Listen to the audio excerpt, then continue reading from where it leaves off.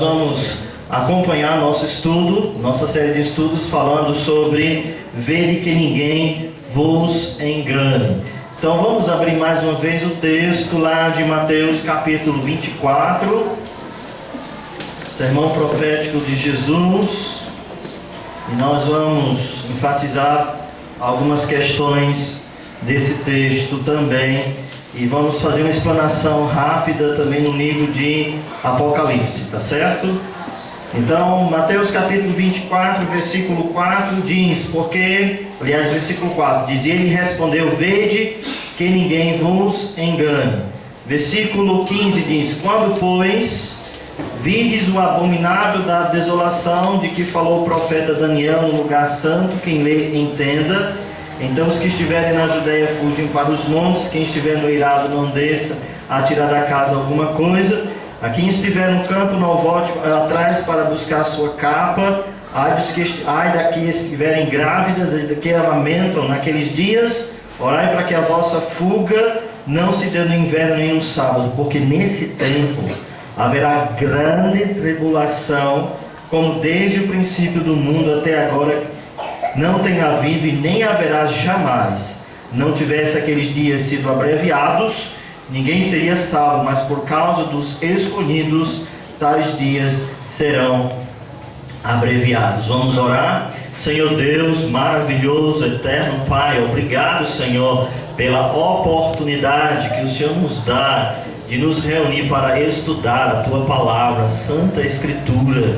Pedimos a Deus que o Senhor possa abrir o nosso entendimento, o nosso coração, para que possamos compreender e viver, ó Pai, nessa expectativa, na esperança da volta do Senhor Jesus de forma iminente. Nos abençoe grandemente, ó Pai, e agradecemos o privilégio de estarmos aqui, no nome de Jesus. Amém.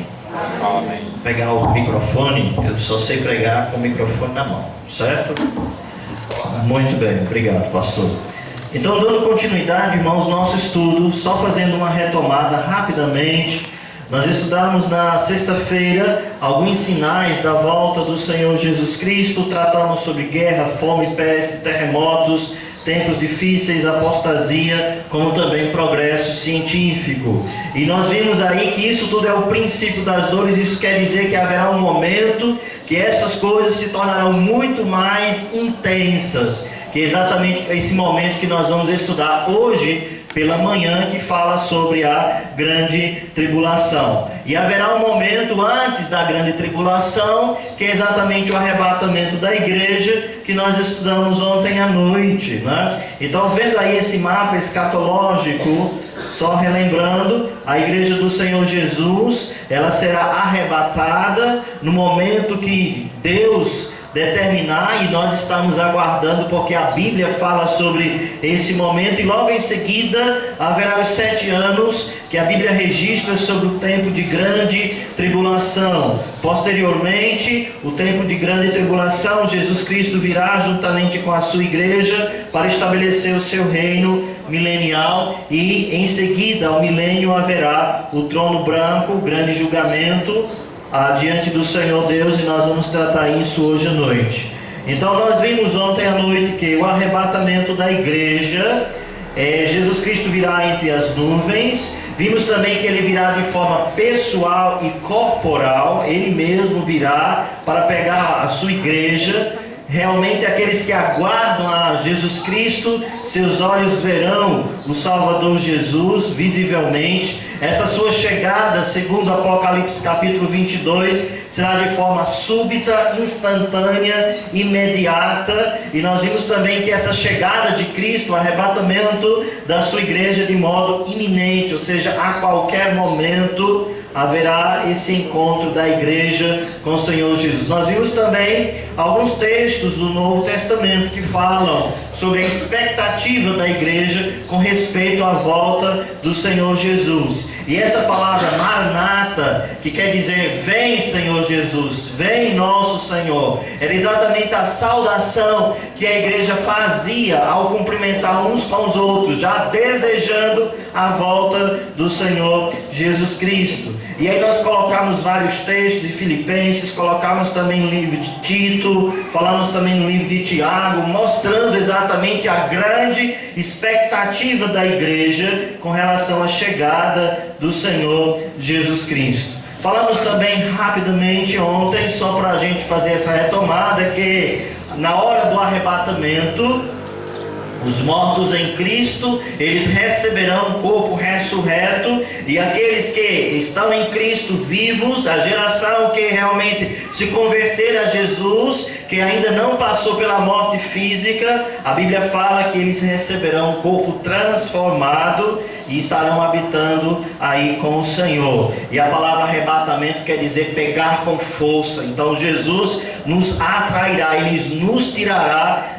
da terra para nos levar aos céus, esse encontro com Ele nos céus. E na hora do arrebatamento, nós vimos também que realmente, consequentemente, depois haverá o que nós vamos estudar hoje, momentos de grande tribulação, de grande agonia. E nós fizemos uma reflexão sobre o texto de Lucas 17, quando Jesus fala sobre Noé, e ele fala também sobre Ló, esses dois personagens do Velho Testamento que viveram num contexto de muita promiscuidade, de muita imoralidade, de muito pecado, e o Senhor, vendo a maldade do homem, ele decidiu destruir aquela civilização, e ele conservou, ele tirou os seus servos fiéis do contexto de grande aflição para aquelas pessoas. A semelhança de Ló, a semelhança de Noé, a igreja do Senhor Jesus também será preservada do período da grande tribulação. Então hoje, pela manhã, nós estaremos continuando a nossa mensagem, tratando sobre o período da grande tribulação.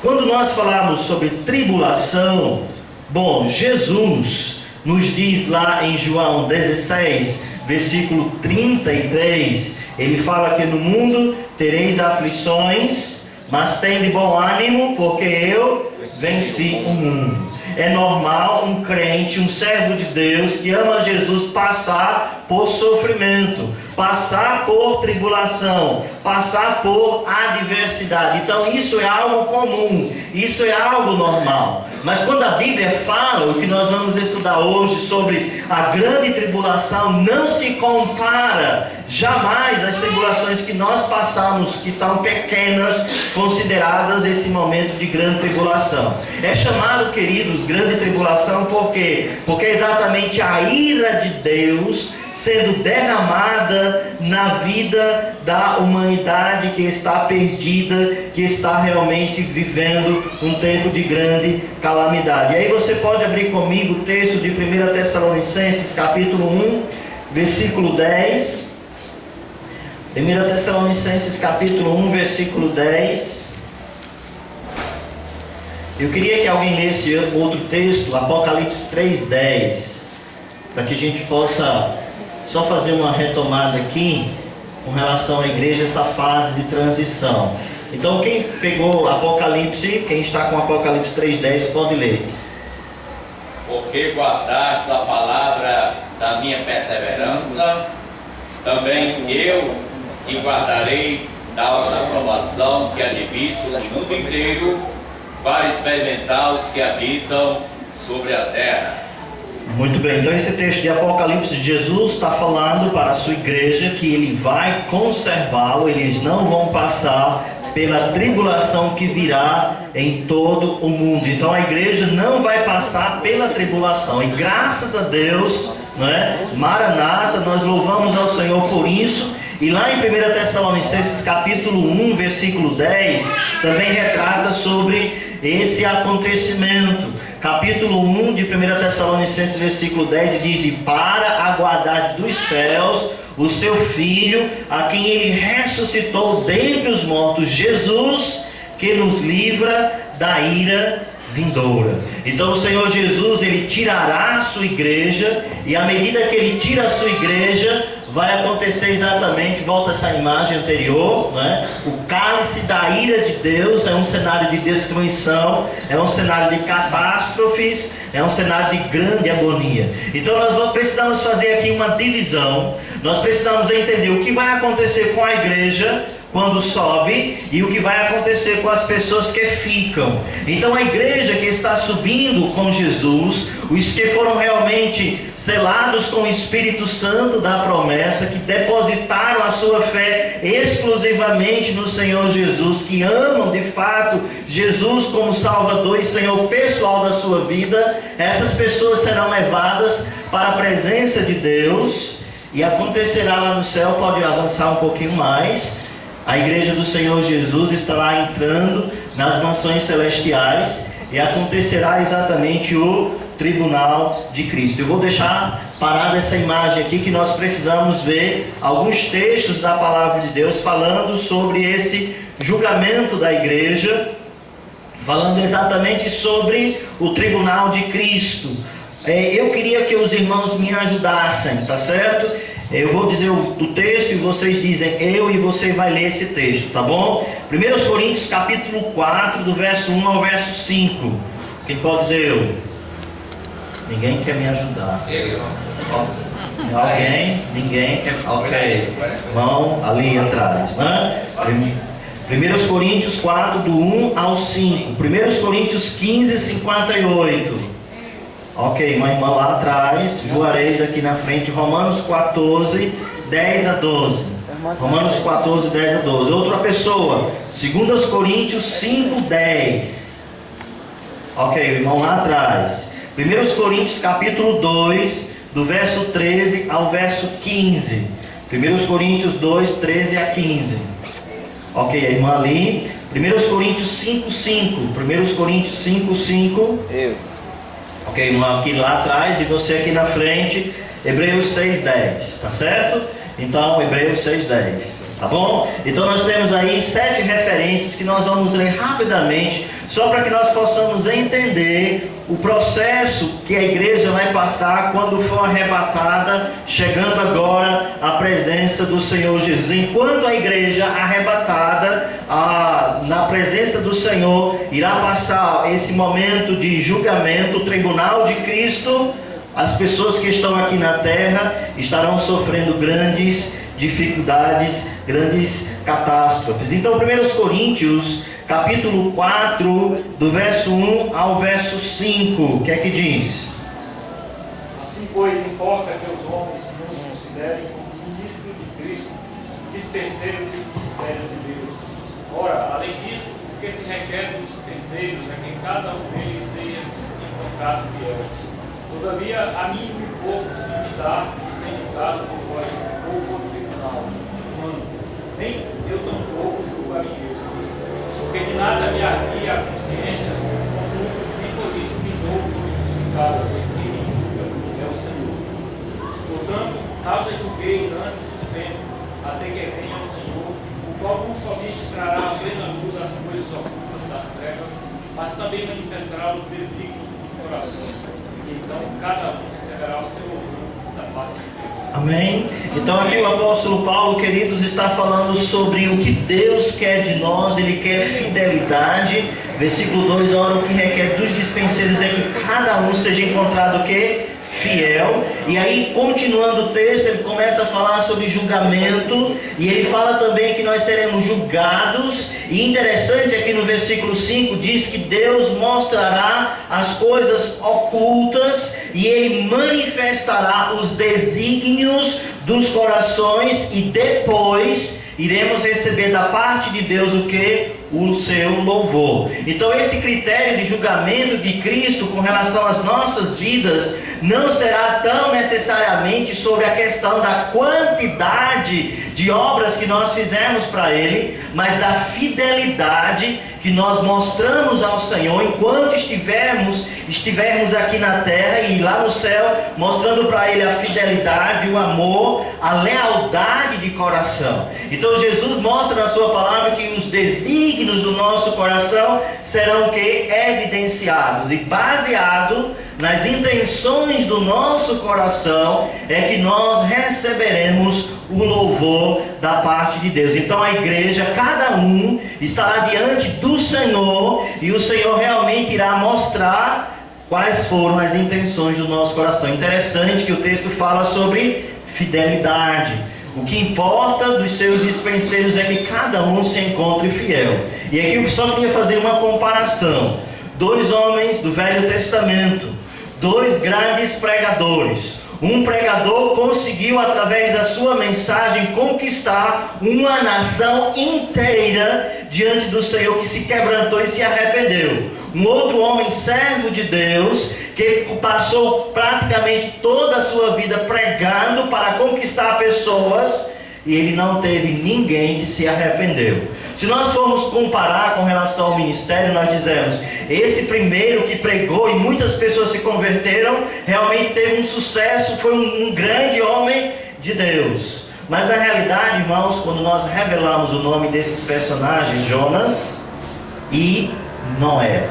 Jonas, ele pregou a palavra de Deus, uma multidão, a nação inteira se converteu lá de Nínive. Mas o seu coração não era realmente leal a Deus. Ele foi para Nínive porque Deus praticamente o obrigou, depois de grandes acontecimentos na sua vida, e no final do livro de Jonas ele expressa a revolta, a indignação, dizendo: Senhor, eu vim pregar porque eu tinha essa obrigação, mas eu queria que essas pessoas, todas elas, sofressem o julgamento de Deus. Então nós observamos o coração de Jonas não era um coração leal ao Senhor. E aí, se a gente vai avaliar a quantidade de obras, nós dizemos: Jonas fez coisas maravilhosas, mas o seu coração não era leal a Deus.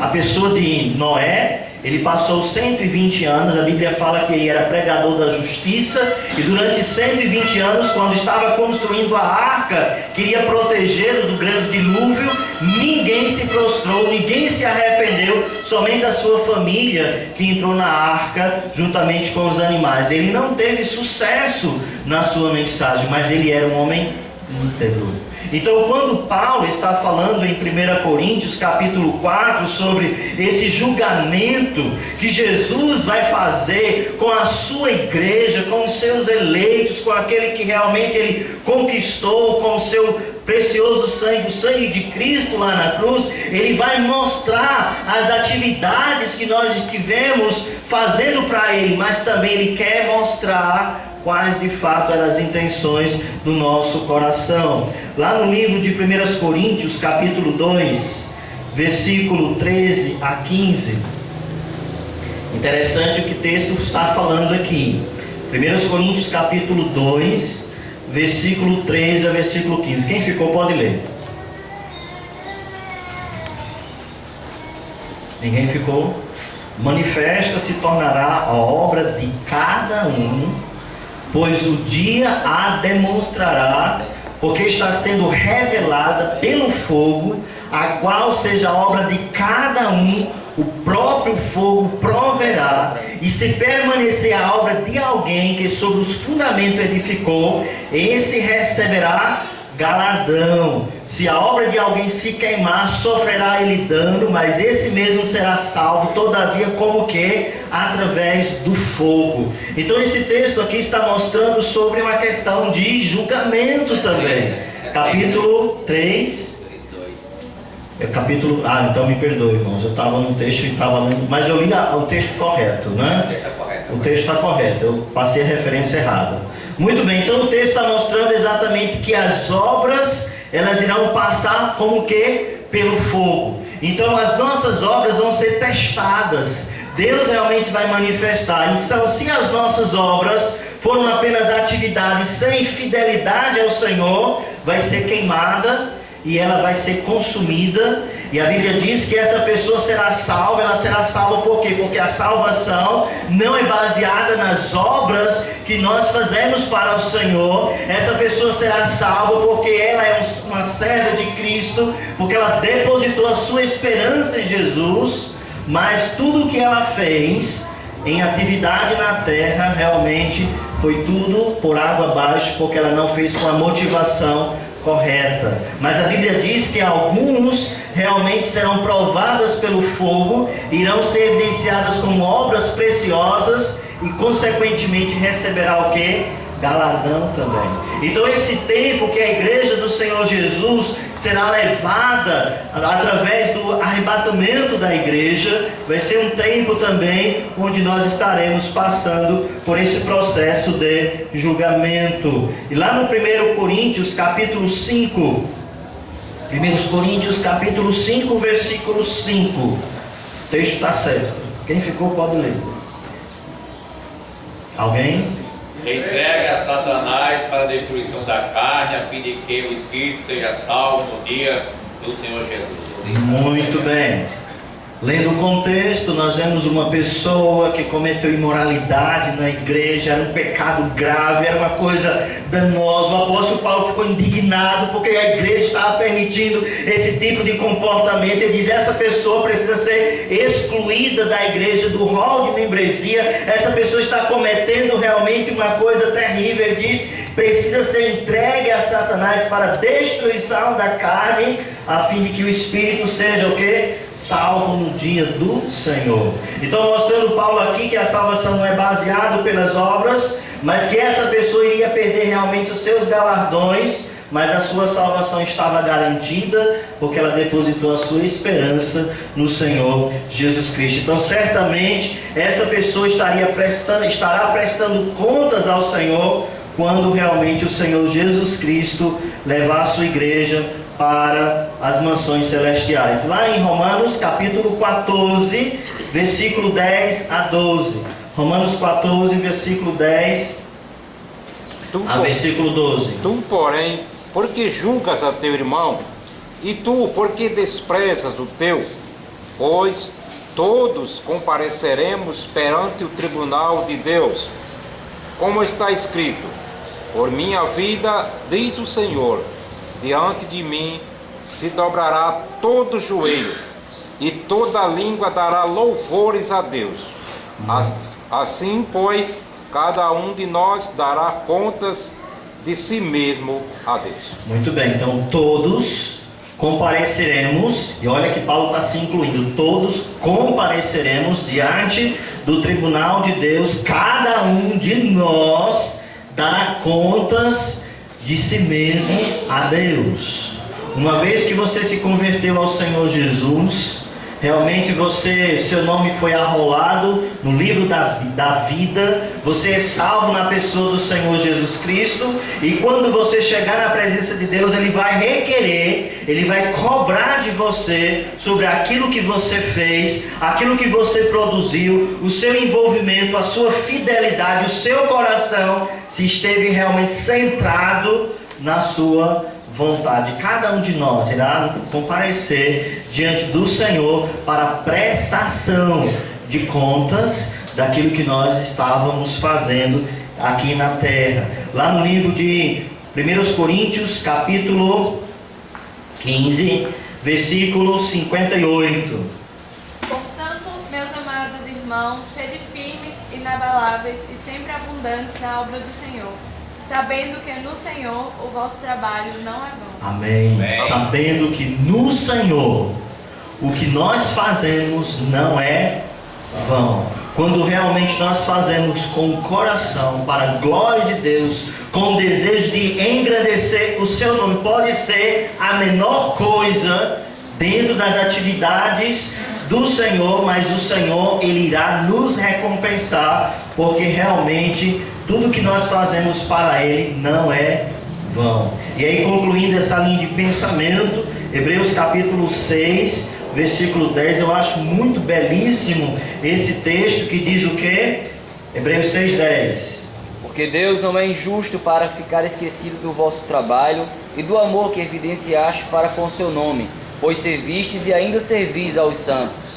Muito bem, então Deus, Ele não se esquece do trabalho que nós fizemos para Ele. Então Ele não se esquece, as pessoas esquecem, as pessoas às vezes não reconhecem, as pessoas às vezes não aplaudem, as pessoas às vezes realmente não mostram gratidão por aquilo que nós estamos fazendo. Mas, queridos irmãos, em vida aqui na terra, na igreja do Senhor Jesus, nós estamos servindo a Cristo, e na eternidade nós vamos prestar contas a Ele daquilo que nós fizemos aqui na terra. Então a Bíblia mostra que o Senhor, Ele não é injusto, Ele não se esquece do trabalho que nós estivermos fazendo aqui.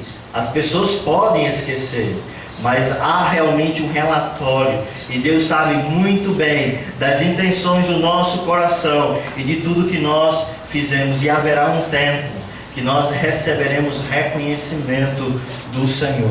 E é melhor, queridos irmãos, receber reconhecimento do Senhor do que receber reconhecimento dos homens, porque os homens às vezes são egoístas, gananciosos, são falsos muitas vezes, mas o Senhor, Ele é sincero e verdadeiro, e Ele certamente irá nos recompensar, que nós vamos ver isso hoje à noite. Que tipo de recompensas serão estas que nós vamos receber da parte do Senhor? Então a Bíblia mostra que a igreja do Senhor Jesus, na presença do Senhor Jesus, após o arrebatamento, ela passará por esse processo de tribunal na presença do Senhor Jesus. Agora nós vamos avançar, vamos sair do céu, vamos voltar para a terra, certo? E vamos pensar agora sobre o que vai acontecer. Queria que algum irmão, por favor, trouxesse um copo d'água, por gentileza, e aí você vai ganhar um galardão no céu, viu? Estou brincando, que a garganta está um pouco seca, né? Então nós vamos agora fazer essa viagem, essa retomada para a terra, e vamos pensar o que vai acontecer nesse tempo aqui na terra. E aí nós vamos fazer uma breve divisão e uma breve exposição no livro de Apocalipse. Eu digo breve porque o nosso tempo está quase suspirando, né? E falar sobre escatologia, falar sobre finais dos tempos, requer realmente muito... Irmão, muito obrigado. Muito bem. Muito bem. Então requer muito tempo, então nós vamos apenas pontuar algumas questões, certo?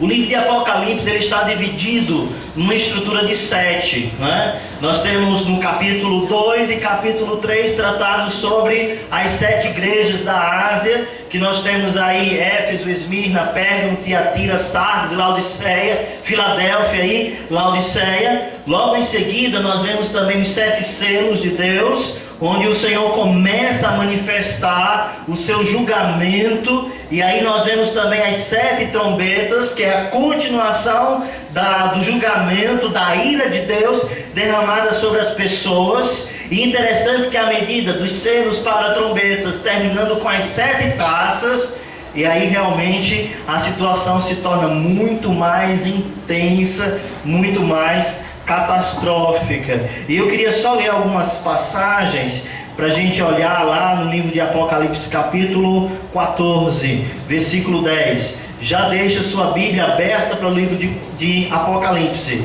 e nós vamos olhar algumas referências aqui.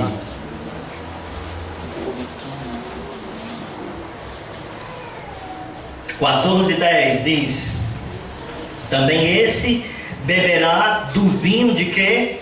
Da cólera de Deus, a indignação de Deus, o ódio de Deus, por causa da maldade, da perversão, da imoralidade, do afastamento das pessoas. Então o livro de Apocalipse está recheado com essa expressão, a cólera de Deus, a ira de Deus. Capítulo 14 ainda, versículo 19, que diz: e a grande cidade se dividiu em 3 partes e caíram. Capítulo 14, eu pulei aqui. Capítulo 14, versículo 19. Então o anjo passou a sua foice na terra e vindimou a videira da terra, lançou, e no grande lagar da cólera de Deus. Capítulo 15, versículo 1 diz: vi no céu outro sinal grande e admirável, 7 anjos tendo os 7 últimos flagelos, pois com este se consumou a cólera de Deus. Capítulo 15 ainda, versículo 7 diz: então dos 4 seres viventes deu aos 7 anjos 7 taças de ouro, cheias de cólera de Deus, para que vivam, aqueles que vivem pelos séculos dos séculos. Então a cólera de Deus derramando realmente a sua ira e a sua indignação. Capítulo 16, e aí no versículo 19, finalzinho do versículo 29 diz: dar-lhe o cálice do vinho do furor da sua ira. E capítulo 19, versículo 15 também trata sobre a ira de Deus, que diz, capítulo 19, 15: sai da sua boca uma espada afiada, para com ela ferir as nações, e ele mesmo as regerá com cetro de ferro, e pessoalmente pisa o lagar do vinho do furor da ira do Deus Todo-Poderoso. Então nós vemos aqui o cenário de Apocalipse capítulo 4 em diante, é um cenário de ira, onde Deus está indignado, onde Ele está realmente revoltado e está derramando o seu furor na vida das pessoas. E o que é que provoca a ira de Deus? Romanos capítulo 1, versículo 18 diz: a ira de Deus se revela do céu contra toda impiedade e perversão dos homens. Deus está irado porque as pessoas estão abandonando a Ele. Deus está irado porque as pessoas não estão querendo se submeter à sua autoridade. Deus está irado porque as pessoas preferiram honrar a criatura do que o Criador. Deus está irado porque as pessoas preferiram realmente fazer a sua própria vontade, se envolver em imoralidade, perversão, e não se curvam diante de Deus, porque as pessoas são ingratas e não reconhecem Ele como o autor e consumador da fé, o autor da vida. E por causa disso, durante vários séculos Ele tem suportado o afastamento, mas agora chegou a hora de acerto de contas. Então o livro de Apocalipse é um livro que trata sobre esse acerto de contas, e nós vamos avançar um pouco e continuando aqui a partir do capítulo 6, onde ele vai tratar sobre os selos. E essa imagem você talvez já deve ter visto, né? Ou já deve ter escutado também. São os 4 cavaleiros do Apocalipse, né? E nós temos aí o primeiro sentado num cavalo branco, nós temos o segundo sentado num cavalo vermelho, nós temos o terceiro sentado num cavalo preto, e nós temos o quarto sentado num cavalo amarelo. E o texto lá de Apocalipse capítulo 6 retrata exatamente sobre qual é a função que essas pessoas irão exercer. Observa aí no versículo 1 de capítulo 6 de Apocalipse, e diz: vi quando o Cordeiro abriu um dos 7 selos, e ouvi um dos 4 seres viventes dizendo, como se fosse a voz de trovão: vi então, e eis um cavalo branco, e o seu cavaleiro com um arco, e foi-lhe dada uma coroa, e saiu vencendo para vencer. Esse personagem, queridos, que está sentado nesse cavalo branco, que está realmente saindo com uma coroa para vencer e sendo vencedor, não é Jesus, é o anticristo.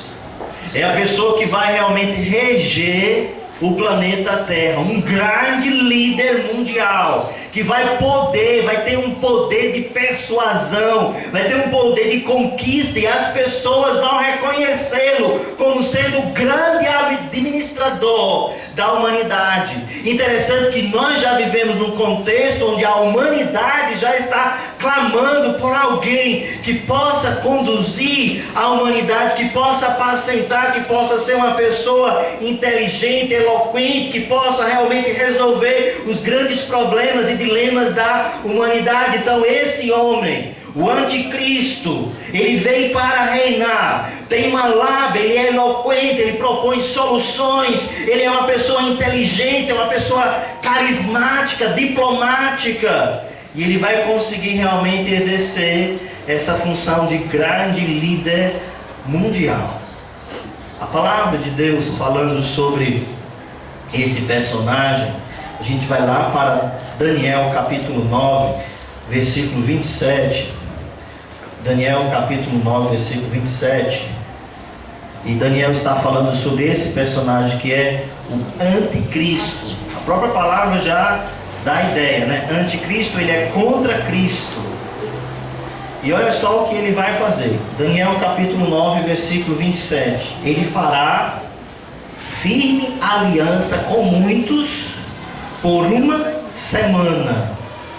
Na metade da semana fará cessar o sacrifício e as ofertas de manjares sobre a asa das abominações. Virá o assolador até que a destruição que está determinada se derrame sobre ele. Então observe, o texto está falando sobre esse camarada, essa pessoa que fará uma aliança com muitos. Aqui está tratando sobre o anticristo, que ele vai realmente conduzir as pessoas. A sua proposta é a proposta que nós temos falado muito hoje: amor, paz, união. Vamos nos unir, vamos realmente abandonar a guerra, vamos realmente viver em paz. A proposta dele é uma proposta sobremodo excelente, e as pessoas vão abraçar a sua proposta. Ele vai propor também a união do povo islâmico com os judeus, e haverá uma grande e aparente paz. Só que é aparente, porque a Bíblia fala aqui no texto de Daniel, metade de uma semana, que seria exatamente, aí falando sobre anos, 3 anos e meio, haverá uma certa paz, e logo depois esse homem se levantará contra tudo que se chama Deus.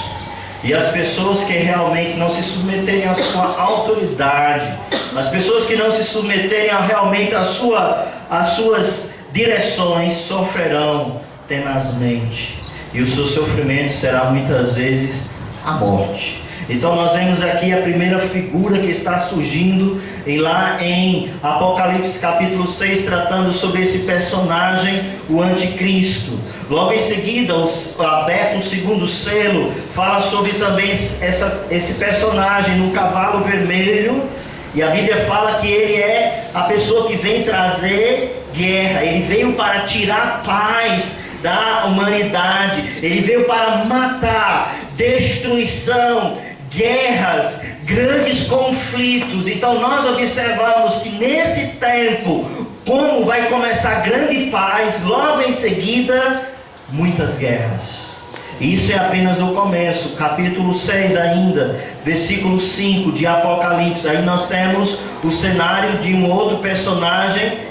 Está sentado num cavalo preto, ele tem uma balança na mão. É o cenário realmente da fome, onde as pessoas irão realmente padecer, onde as pessoas irão sofrer, muitas vezes por não se submeterem à autoridade do anticristo. Então haverá uma grande fome na terra, por causa que as pessoas não vão, muitas delas, quererem se submeter à autoridade desse grande líder mundial. O quarto selo fala sobre homem montado num cavalo amarelo, e aqui fala sobre a morte, que vai espalhar a morte por todos os lugares. E aí nós podemos observar um cenário de quê? De destruição. Mas isso ainda é o começo. Ainda é o começo. Começa com o reinado desse grande líder, e várias coisas estarão acontecendo. Capítulo 6 ainda, versículo 9, está mostrando exatamente um apelo dos santos que estão diante do Senhor, pedindo: Senhor, soberano Senhor, julga logo, vinga logo do sangue daqueles que habitam na terra, daquelas pessoas que realmente são fiéis a Ti. E o Senhor fala: tenha calma, tudo já está cronometrado. Então o sexto selo, aliás o quinto selo expressa exatamente isso. E lá no sexto selo fala exatamente sobre um grande terremoto, onde realmente o céu ficou negro, né? O sol também realmente foi atingido com esse grande terremoto. Eu acredito que é a grande fumaça e grandes complicações também. Então aí fecha-se o primeiro período da grande tribulação, e aí mostrando exatamente alguns eventos. Continuando agora no capítulo 7 aliás, capítulo 8, ele vai começar a falar sobre as trombetas. E aqui a ideia de que anjos estão realmente preparados para anunciar. A palavra trombeta é de anúncio do que vai acontecer na terra posteriormente a soar a sua trombeta. Então a primeira trombeta, capítulo 8, versículo 7, diz que quando o anjo toca a trombeta, houve saraiva, fogo, mistura com sangue, foram atirados à terra, e foi então queimada a terça parte da terra, das árvores, e também toda a erva verde. Então nós vemos aí o fogo sendo atirado, caindo do céu e queimando uma terça parte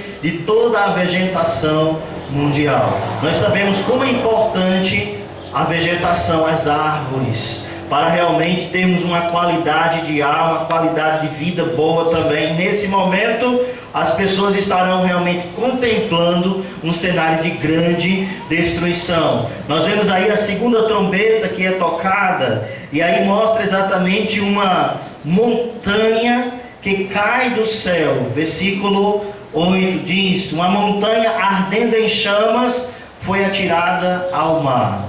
Provavelmente um grande meteoro que está caindo dos céus, está caindo nos oceanos. E a Bíblia diz que uma terça parte do mar foi realmente dos animais existentes no mar, fora também o que?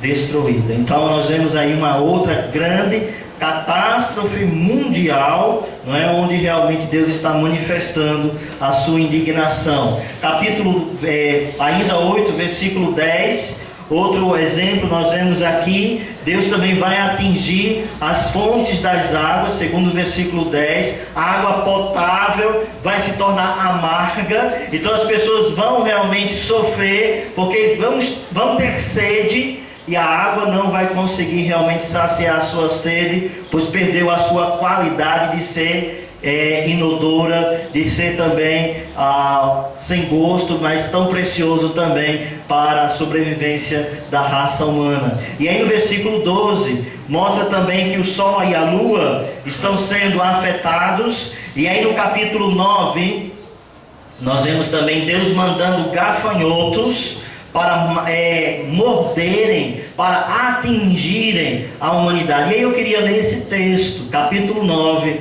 versículo 6, que diz: naqueles dias, olha só, irmãos, o drama das pessoas que estão vivendo nessa época. Naqueles dias os homens, eles vão buscar a morte e não a acharão. Também terão ardente desejo de morrer, mas a morte fugirá deles. Isso quer dizer que se uma pessoa se atirar na frente de um trem, ela vai realmente ser decepada, sua mão, sua perna, mas ela não vai morrer. Ela vai sobreviver com muita luta, com muita dor, com muito sofrimento, com muita agonia. As pessoas vão tentar o suicídio, mas elas não vão conseguir, porque elas vão fazer isso por causa do grande sofrimento, do desespero que elas vão enfrentar nesse tempo de tamanho castigo do Senhor. Tem um texto lá de Hebreus capítulo 10, versículo 31, que diz o seguinte: terrível coisa é cair nas mãos do Deus vivo. E nesse período, estas pessoas que estarão vivendo nesse momento, estarão realmente sendo duramente castigadas por Deus. E nós observamos ainda, continuando, aí na sexta trombeta, nós observamos que serão soltos demônios que estão lá dentro do grande abismo, e eles são soltos para matar, segundo o versículo 18, uma terça parte dos homens. Esses demônios que Deus guardou, que Deus prendeu para o dia e para a hora determinada para afligir a vida das pessoas nesse período de grande tribulação. E aí eu queria só pontuar um versículo do capítulo 9. Leia comigo o que tem escrito aí. Nem ainda se arrependeram dos seus assassínios, nem das suas feitiçarias, nem da sua prostituição, nem dos seus furtos. Muitas pessoas vivendo num momento de grande catástrofe, de grande castigo, ainda continuam com o coração duro, ainda continuam realmente revoltados, blasfemando contra o Senhor. Deus ainda está dando oportunidade para que essas pessoas se arrependam. Deus ainda está dando oportunidade para que eles se voltem, mas o coração pecaminoso, o coração dominado pelas trevas, não se prostram diante do Senhor. E essa é a ênfase que Apocalipse está dando. As pessoas continuam com o mesmo perfil de vida, continuarão realmente na prática pecaminosa, mesmo vendo grandes coisas horríveis acontecendo na face da terra. E aí, continuando, nós observamos aí no finalzinho, capítulo 10, as pessoas, os servos de Deus, na presença do Senhor, louvando ao Senhor, realmente engrandecendo o nome de Deus. Capítulo 10, capítulo 11, exatamente versículo 15 diz: o sétimo anjo tocou a trombeta e houve no céu grande voz dizendo: o reino do mundo se tornou do nosso Senhor. Quem é que está cantando aqui? Somos nós, Igreja de Cristo, né? Estamos louvando ao Senhor nos céus e contemplando realmente tudo isso que está acontecendo e louvando ao Senhor prostrados diante de Deus. Versículo 17 diz, dizendo: graças te damos, Senhor Deus Todo-Poderoso, que és e que eras, porque assumistes o teu grande poder e passastes a reinar. Então nós estaremos no céu, na presença do Senhor, contemplando e adorando o Senhor, e enquanto isso na terra a ira de Deus está se derramando sobre a humanidade.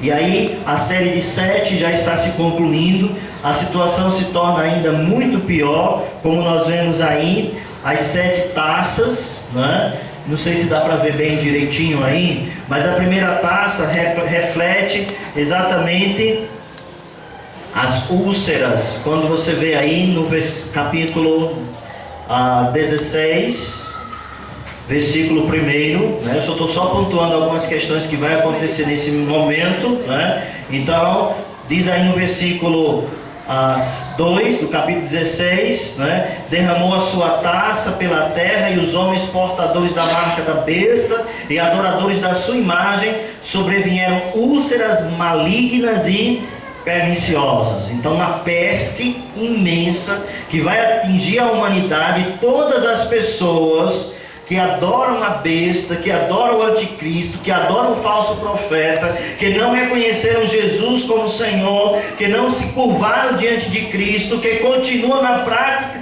pecaminosa, eles serão afetados por essas úlceras realmente malignas. Nós observamos também, Deus, ele vai atingir as águas do mar, e a Bíblia fala que todo o ser vivente que havia no mar, ele será morto.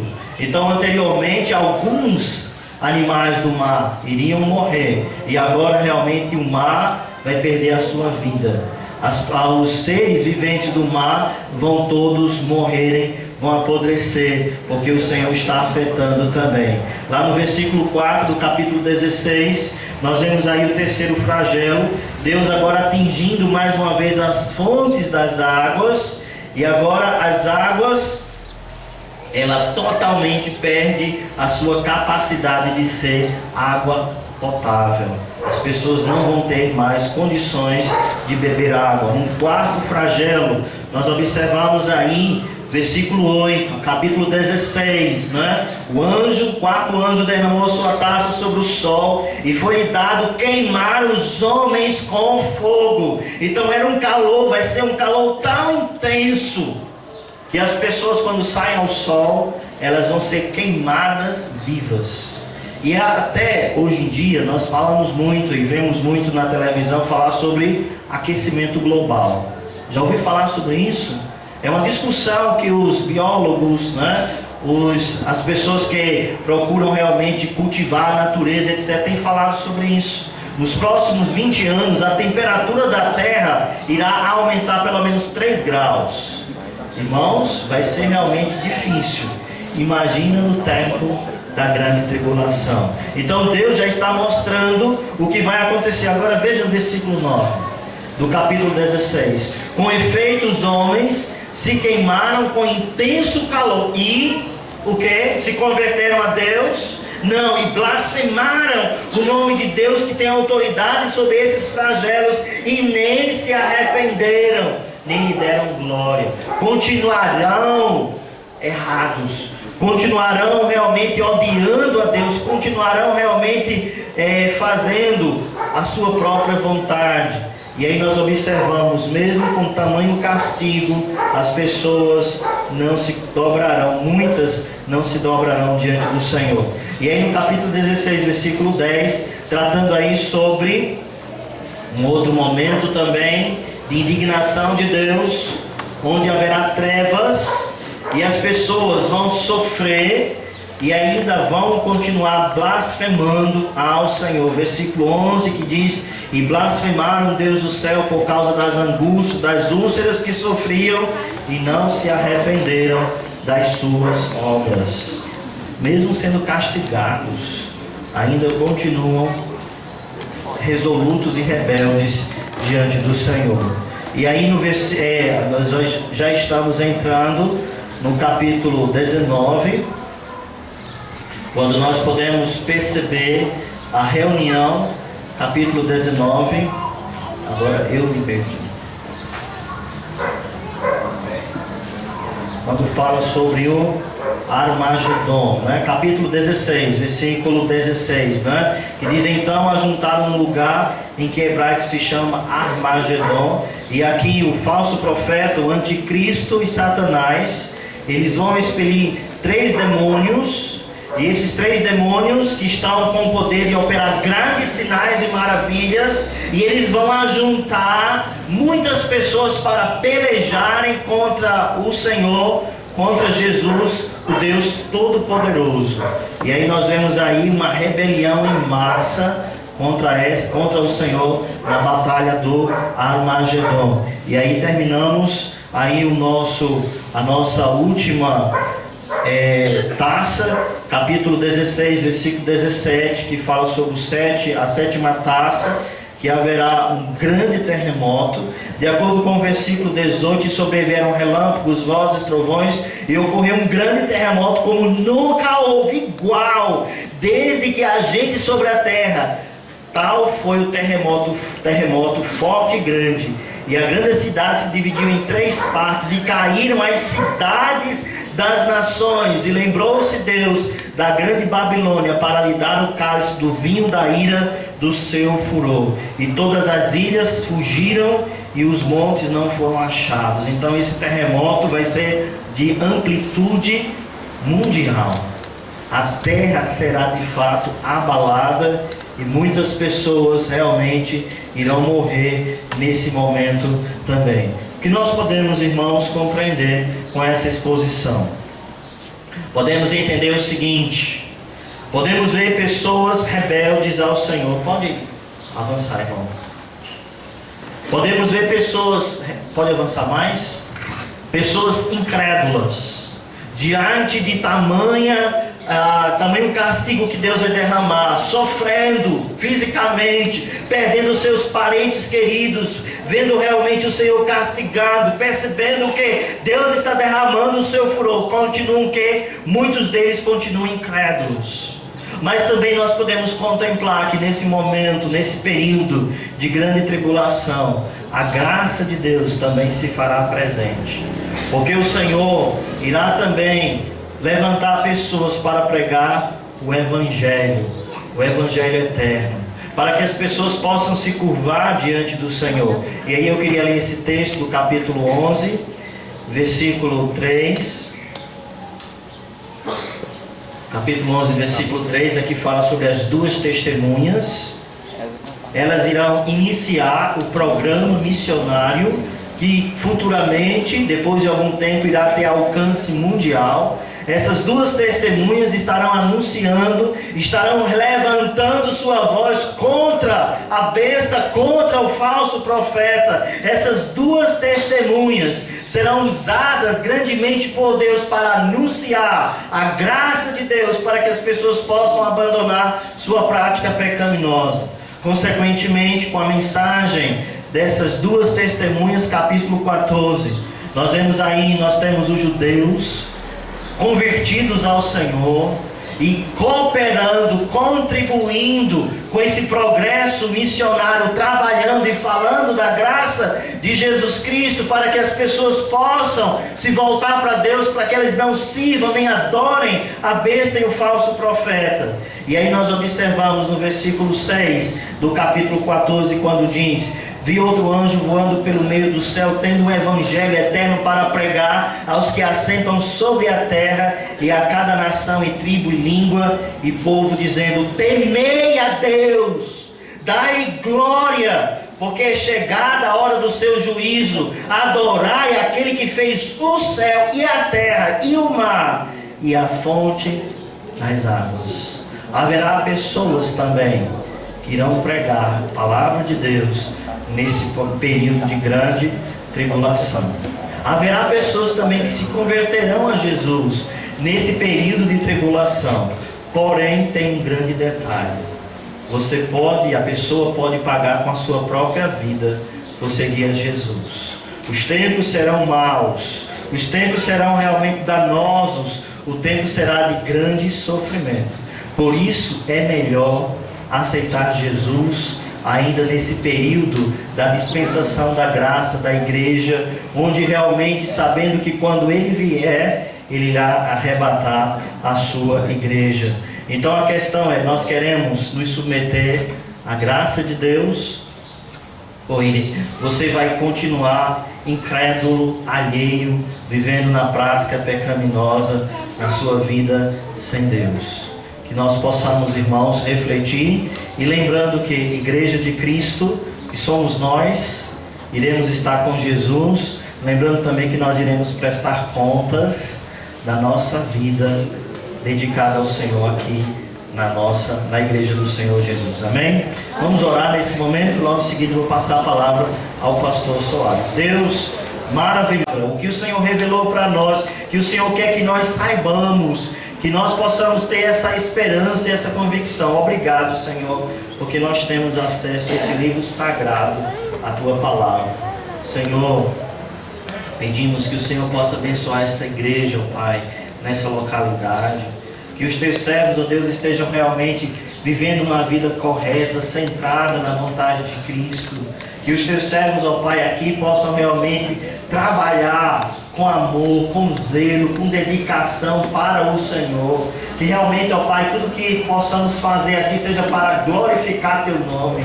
Porque haverá um tempo, Senhor, que sabemos que iremos prestar contas das nossas atividades a Ti. E que possamos, ó Deus, estar nesse momento na Tua presença, olhando o Senhor, prostrado na Tua presença, e ouvindo do Senhor dizendo: muito bom, servo bom e fiel. Ó Pai, que nós possamos ouvir essa frase do Senhor e receber o reconhecimento do Senhor, receber o louvor do Senhor. Pai amado, pedimos também pelas pessoas, ó Pai, que não são crentes, talvez aqui nesse momento, talvez, ó Deus, realmente tenham ouvido a Tua palavra e ainda não se converteram a Cristo. Ó Deus, que o Senhor possa fazer essa obra, que essa obra é Tua, Pai. Nós temos a obrigação de anunciar, mas quem trabalha no coração é o Senhor. Que elas possam se curvar diante de Ti, se prostrar diante do Senhor, render as suas vidas aos pés de Cristo, enquanto ainda há tempo. E o dia da salvação é hoje, Pai. Faz essa obra, Senhor, como o Senhor tem feito. E agradecemos por tudo no nome de Jesus. Amém. Até as crianças já sabem o que é aquecimento global. Vamos agora pedir ao cantor Juarez que ele vai cantar o hino prometido que ficou para agora, né?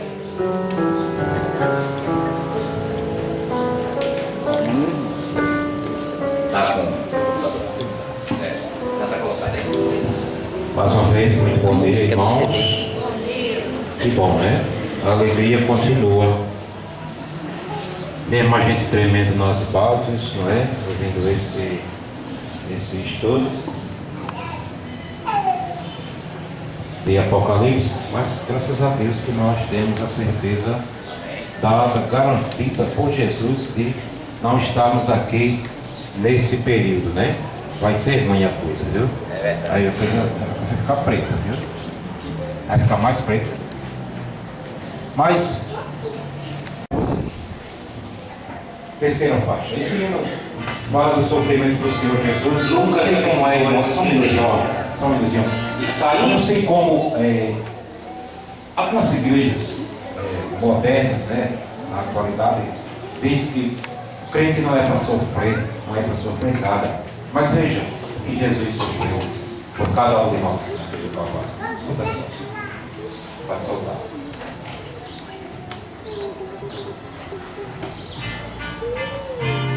Lucas 22, 39. E saindo, foi como costumava para o Monte das Oliveiras, e também os seus discípulos o seguiram. E quando chegou àquele lugar, disse-lhes: orai para que não entreis em tentação. E apartou-se deles cerca de 1 tiro de terra, e pondo-se de joelho, orava, dizendo: Pai, se queres, passa de mim este cálice, todavia não se faça a minha vontade, mas a tua. E apareceu-lhe um anjo do céu que o confortava. Posto em agonia, orava mais intensamente, e o seu suor tornou-se em grandes gotas de sangue que corriam até ao chão. E levantando-se na oração, veio para os seus discípulos e achou-os dormindo de tristeza. E disse-lhes: por que estás dormindo?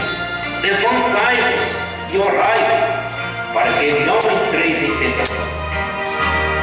Querido amigo, este sofrimento do Senhor Jesus foi por mim e por você.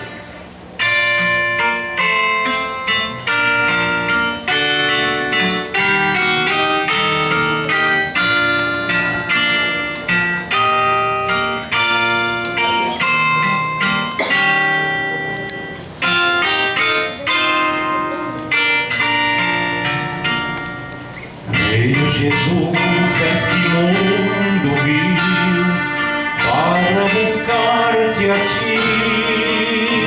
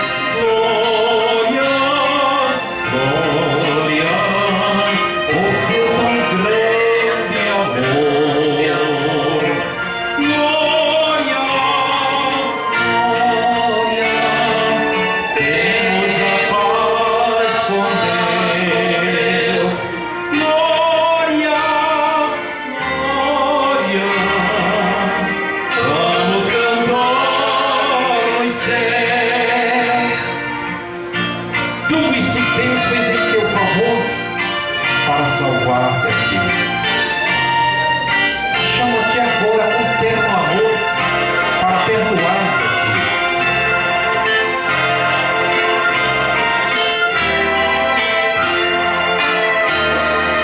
Deves chegar em compreensão, com certeza do perdão. Cristo te estende a sua mão para salvar-te aqui. Glória, glória, temos ao Salvador. Glória, glória, o seu tão grande amor. Glória, glória, temos a paz com Deus. Glória, glória, vamos cantar nos céus.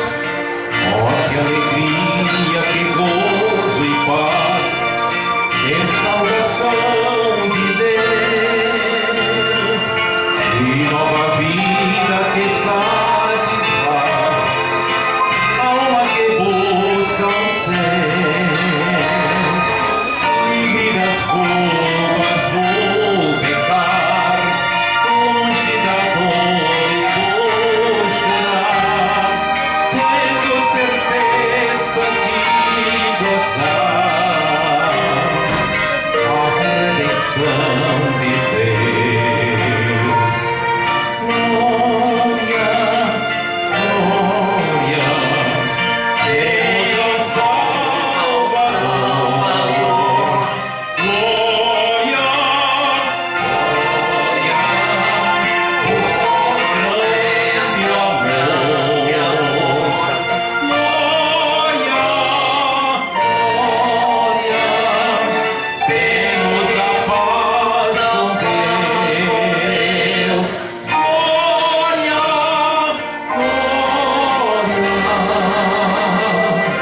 glória, vamos cantar nos céus.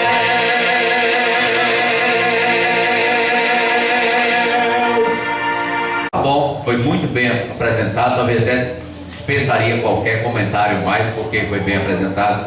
É um assunto muito fascinante, esse que o pastor Walter apresentou, e que essa igreja, como essa igreja muito se afina desde a sua fundação, né? Para sinal, uma das primeiras conferências aqui foi com o grande público sobre profecia, né? As primeiras conferências foi com o grande público.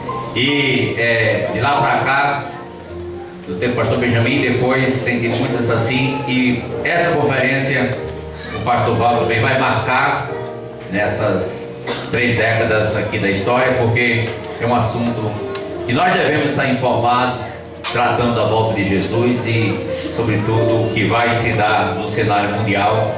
E por isso é um despertamento para a igreja, é desafio para os crentes, é um alerta para evangelizar os não salvos. E hoje à noite, ore para que as pessoas venham e possam aqui aproveitar essa oportunidade de estudar a Bíblia e conhecer mais a Jesus Cristo. Estejam orando para que as pessoas possam chegar e possam compreender a mensagem, tá bom? Muito bem, eu sei que o assunto é um assunto que também não é muito fácil não, para quem não tem costume de ler a Bíblia. Para os crentes é mais fácil, né? Para nós, a gente nos deleita com um assunto desse, sabe? Porque escrever tem medo, porque não entende bem. Mas é bom ter medo para poder procurar saber como evitar o perigo. Vamos ficar em pé, por favor. As crianças... Desculpa, eu estou indo para o Amazonas na outra semana e lá estou indo também para